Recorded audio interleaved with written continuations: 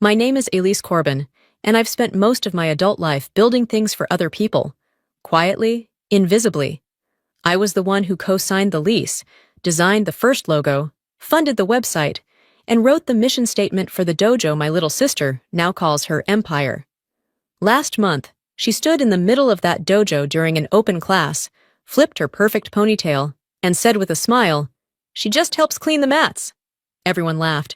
Then her fiancé Cade, black belt, golden boy, local hero, gestured to me in front of the whole room and said, "Every dojo needs a punching bag." Before I could even react, he swept my leg. I hit the mat hard. More laughter. His smirk burned hotter than the bruise blooming on my hip. What they didn't expect was that I got back up. And 14 seconds later, I left him flat on his back, gasping for air, while the class stared in stunned silence. But that moment, the win, the cheer, it wasn't the real story. The real story started long before that. Back when I believed loyalty meant silence. Back when I thought being overlooked was the price of being the dependable one. Back when I still thought they saw me as family. They didn't. And this is how I made sure they'd never forget me again. I was never supposed to be the face of anything. Not in our family, not in business, not even in the photos framed above our mother's mantle. That role belonged to Morena. She was the standout, the one who took up space and sunlight without asking for permission. And I was the one who made sure the roof didn't leak while she danced in the spotlight. When she first came to me about starting her own dojo, she was 23 and full of buzzwords. Community, empowerment, legacy. I listened, nodded, and 2 weeks later, I cashed out half my savings to help her secure the space. The landlord wouldn't sign off without credit history and collateral. She had neither. I had both. So I signed. That first winter, we painted the walls ourselves. I traced the Apex logo onto the drywall, using a projector and a roll of painter's tape. She posted selfies in her GI while I adjusted the lighting to make the mats look less gray on camera. Every interview, every press piece, every photo shoot, they were all about Morena. I stayed behind the lens, behind the curtain, where it was easier to be useful and harder to be questioned. I told myself I didn't need the spotlight, that my name on a lease and a tax form was enough, that building something was more important than being seen for it. But the truth is, over time, being erased feels like rot. Quiet, creeping, corrosive. You tell yourself it doesn't matter, until one day, your name isn't even on the emergency contact list for the business you helped open. And you start to wonder if you ever existed in the story at all. The first time Cade humiliated me in class, it wasn't an accident. It was theater, a performance designed not to teach, but to remind everyone of their place, especially me. It was a Saturday demo class, packed wall to wall with new parents and wide-eyed kids. I was setting up the drink station, smoothing out paper cups that read Coach Morena and Coach Cade in bold black font. There were no cups with my name. There never were. Cade stood in the center of the mat with his usual swagger, all effortless grins and overplayed charm. "Let's demo a reversal," he announced. Then he scanned the room until his eyes locked on me. "Elise," he called out like he was selecting a volunteer at a magic show. "Come up and help me out. We'll go easy." I stepped forward slowly, already knowing what was coming. He nodded, then without warning, swept my front leg in a clean takedown. I landed hard. The mat slapped against my back and knocked the air out of my lungs. I heard laughter ripple through the room. Parents, students, even a few staff members. Cade didn't offer a hand. He just turned to the class and said, "See? That's what happens when you skip the basics." I lay there longer than I needed to, not because I was hurt, but because something inside me cracked, and I needed a second to collect what spilled out. Later that night, a video appeared on Apex's official Instagram account. It was a clip of that exact moment. My fall, Cade's joke, the laughter. The caption read, "Know your fundamentals. Learn from real-life examples." It had over 6,000 views by morning. I stared at it in silence. When I asked Morena about it, she replied with a shrug and a text. "Cade posts whatever drives engagement. It's nothing personal." But it was. Every second of that video, every comment that called me a charity case or a midlife hobbyist, Every time someone tagged me with a laughing emoji, it was personal. It was a message. I wasn't just forgotten. I was made into the joke. I almost quit. The Monday after the demo class, I sat in my car outside the dojo for 22 minutes. The engine was still running. My hand hovered over the gear shift. I had already written a message on my phone. Taking a break. Hope the grand opening goes well. Thanks for everything. That version of me, the dependable, invisible older sister, nearly tapped send and drove away from everything I had built. But I didn't. I turned off the ignition, stepped out, walked in through the back like I always did. Inside, it smelled like eucalyptus cleaner and old ambition. I stocked the fridge, wiped counters, took inventory of hand wraps. Morena walked by at one point, laughing with Cade. She didn't look at me. Cade raised a brow like he barely remembered my name. That night, while paying bills online, I noticed something odd. Apex Systems Consulting won $150. I clicked on the vendor name. It wasn't new. The charge had posted on the 2nd of every month, for nearly 2 years. I scrolled backward through the ledger, my chest getting tighter with each line. Same name, same day, same amount, like clockwork. The name rang a bell. Apex Systems Consulting. That wasn't the dojo's storefront name. It was the back-end LLC I'd quietly helped Morena register years ago so she could look more legitimate in early investor talks. I had paid the filing fee, pulled the EIN, wrote the business description myself. That memory hit like a slap. I left the computer and climbed up to my closet, dragging down the fireproof lockbox I hadn't opened in over a year. Inside were folders I thought I'd never need again. Tax forms, contracts, the lease I co-signed, and buried beneath all that, a stapled packet titled Capital Contribution and Silent Partner Agreement. My name was on the front page, my handwriting, my signature. The document was clear. I had contributed 33% of the startup capital in exchange for a silent ownership stake. Non-voting, non-withdrawable without mutual consent, quarterly reporting required. I'd never received a single report.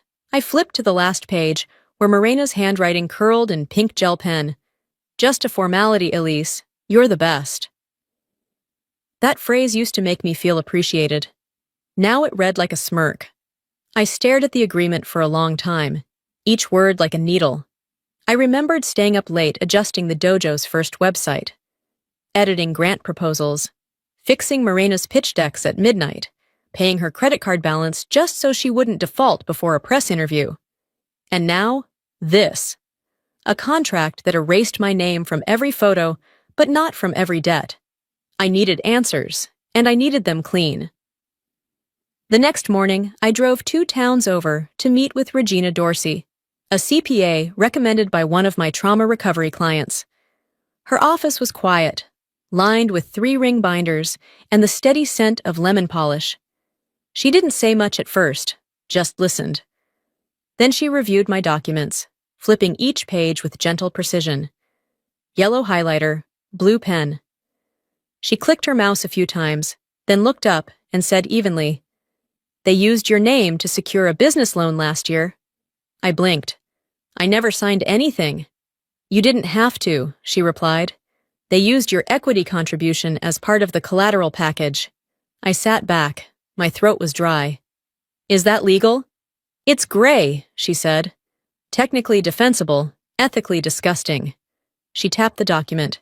"They're operating on your credit and your silence. If they're leveraging your name while cutting you out of everything else, you've got more than grounds to act." She offered to draft an NDA while I decided how to move forward. I didn't say yes. I didn't say no. But I left with a slim blue folder and something else I hadn't carried in years: leverage. That night, I didn't pace or scream or call anyone. I changed into sweats, sat cross-legged in my bedroom, and opened a contact I hadn't messaged in over a decade. Master Granton Wells, retired Marine, my father's old friend, the first person who ever taught me to square my stance and breathe through being hit.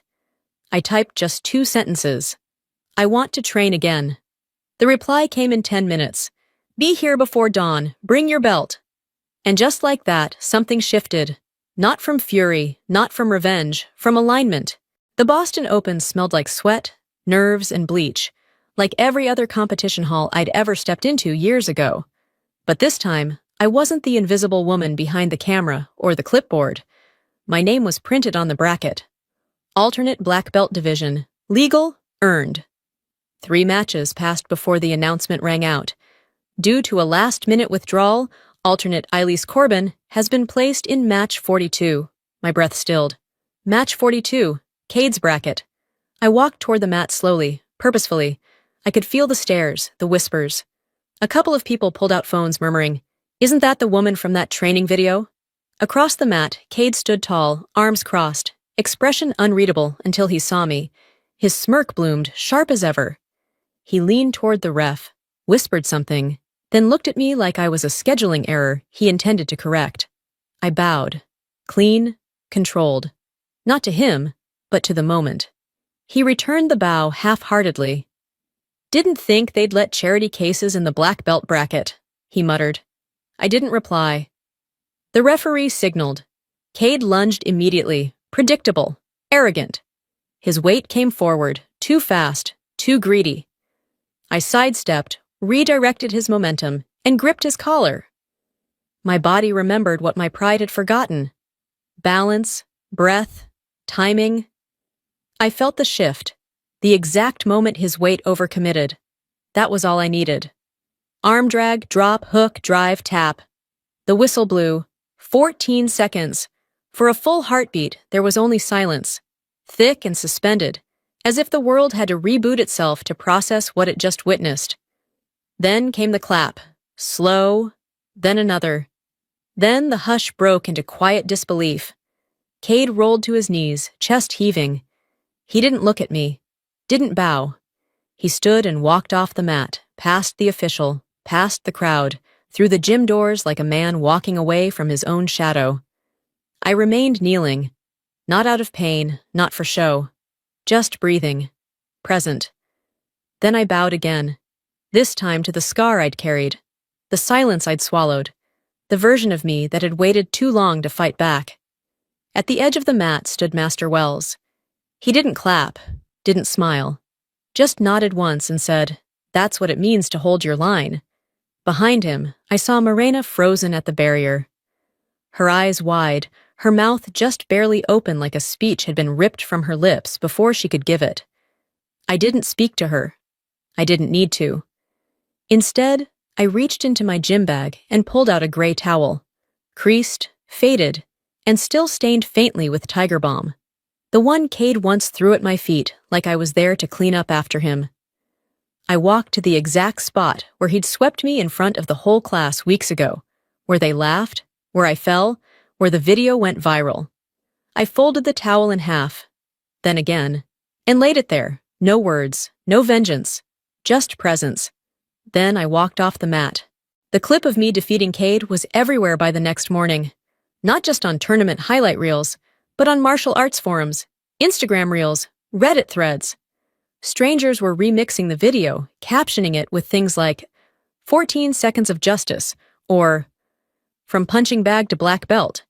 I didn't post any of it. I didn't say a word. I let it spread without interference. But I should have known silence would threaten the wrong people. 2 days later, a post appeared on a prominent martial arts board. Manipulated sympathy, manufactured strength. It was a takedown piece, sloppy but loud. The author accused me of playing victim to gain a competitive edge, insinuated I had pulled strings to get into the black belt bracket, called the match orchestrated humiliation. The article was stitched together with freeze frames, out-of-context clips, and captions like, "She milked it. This is what happens when mediocrity meets marketing." I didn't flinch. I didn't even feel anger. Just a cold, steady clarity. I gathered my paperwork.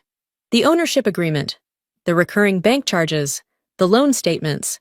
I added my black belt certification, my Marine training credentials, and the official tournament placement letter from the Boston Open. Every screenshot, every timestamp, every name. I sent it all. To the tournament board, the forum moderators, and the National Martial Arts Association. 3 hours later, the post vanished. 5 hours after that, the site issued a formal apology. We regret the publication of unverified and defamatory content. The athlete in question remains in good standing. Her credentials are valid. The match result is legitimate. There were no hashtags, no trending tweets, but for once, silence didn't mean erasure. It meant retraction. That Friday, I sat at the head of a long oak conference table at a community bank. The board of Apex Dojo had called an emergency session. 5 members in the room, 2 more on Zoom. Master Wells sat beside me, not as legal counsel, but as my witness. When he spoke, his voice was quiet but grounded. She was there when the first mat was laid, when the walls were painted, when Morena nearly backed out of the lease because the loan wouldn't go through. A lease funded that bridge, and then she was pushed off it. Then the Boston Open official spoke. I was there. Her match was fair. Her credentials, verified. The result, earned. The vote wasn't close, 5-2. Morena was removed as executive director. Cade was banned indefinitely from all Apex-affiliated events and media. One of the board members looked at me and asked, "Will you be stepping in?" I shook my head. I'm not here to replace anyone. I just want what's mine returned, my name, my stake, and the respect that should have never been erased. That night, my phone buzzed. I didn't need to look to know who it was. Morena. There was no hello, just her voice, brittle and small. You've always had a way of making me feel like I wasn't enough. I didn't argue. I didn't comfort her. I never needed you to feel small, I said gently. I just needed to exist beside you. She didn't respond, just a pause. Then the line went dead. I set the phone down, breathed in, then out. Some people mistake silence for surrender. But this silence wasn't weakness. It was closure on my terms. A padded envelope arrived at the clinic 2 days later. No return address, but the handwriting was unmistakable. My father's, clean, slanted, careful. Inside was a single sheet of lined paper, folded into thirds. To Elise, the one who never needed applause to lead. Let them come second. You've always been first where it counted. Dad. I didn't cry right away. I held the page in both hands, like it might disappear if I blinked too hard. Then, slowly, the tears came. Quiet. No sobbing, no shaking. Just warm rivers tracing a story I no longer needed to explain to anyone. That evening, I didn't text Morena back. I didn't post. I didn't reply to the whispers online that had turned into clumsy praise now that they'd seen what I could do. Instead, I went home, rolled out the same mat in my living room that I'd trained on for months, and set my phone up on a small tripod. I knelt in the center. No words, no pose, no angle. I reached for the gray towel, the one Cade once tossed at my feet like a punchline, the one I laid on the mat in Boston like a flag. I folded it slowly, precisely, then laid it beside me. I hit record. 30 seconds of silence. Then I stopped the video, uploaded it to my private channel. No caption, no hashtags, just a woman claiming her space. 6 months later, I run a small training program out of an old community center in New Haven. The mats shift when you step too hard, and the fluorescent lights hum even when they're off. But it's mine. We train twice a week, not for trophies, not for belts, for breath, for balance, for the feeling of standing in your own skin and knowing you belong there. A retired teacher, a nurse recovering from surgery, a mother who left an abusive home. None of them care about followers or titles. They just want to feel strong again. Last Thursday, a new face showed up at the doorway. Hoodie, no eyeliner, eyes down. Claire. She didn't say much, just, "Didn't know you taught here." I shrugged. "I don't advertise." She nodded. I didn't know how badly I needed to be taught by someone who doesn't need to be seen. She stayed, sat through the class, watched in silence. And when it ended, she bowed, not to me, but to the room, to the moment. That was enough. The next morning, another letter came. I watched your video. I finally saw you. I hope it's not too late. Morena. I didn't reply. I folded the note carefully and placed it in the same wooden box where my father's letter now lives. Not forgiveness, not closure, just acknowledgement. Because sometimes power doesn't look like shouting or winning or even fighting. Sometimes power is laying your towel down on a mat and knowing you'll never need to prove your place there again.